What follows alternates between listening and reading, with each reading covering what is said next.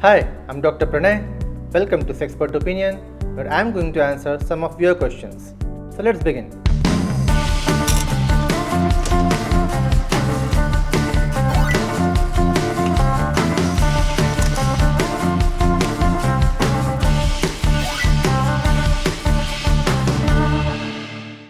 Hi, I'm a 50-year-old male and I have been experiencing erectile dysfunction lately.